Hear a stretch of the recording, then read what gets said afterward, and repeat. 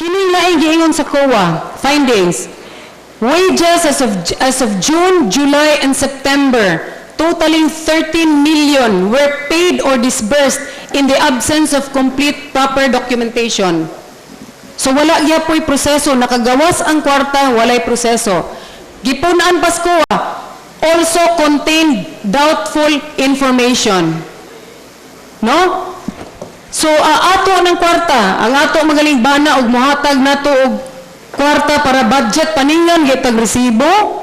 Yang sa City Hall ato ba ng kwarta, dili nito pwede makakuha og resibo.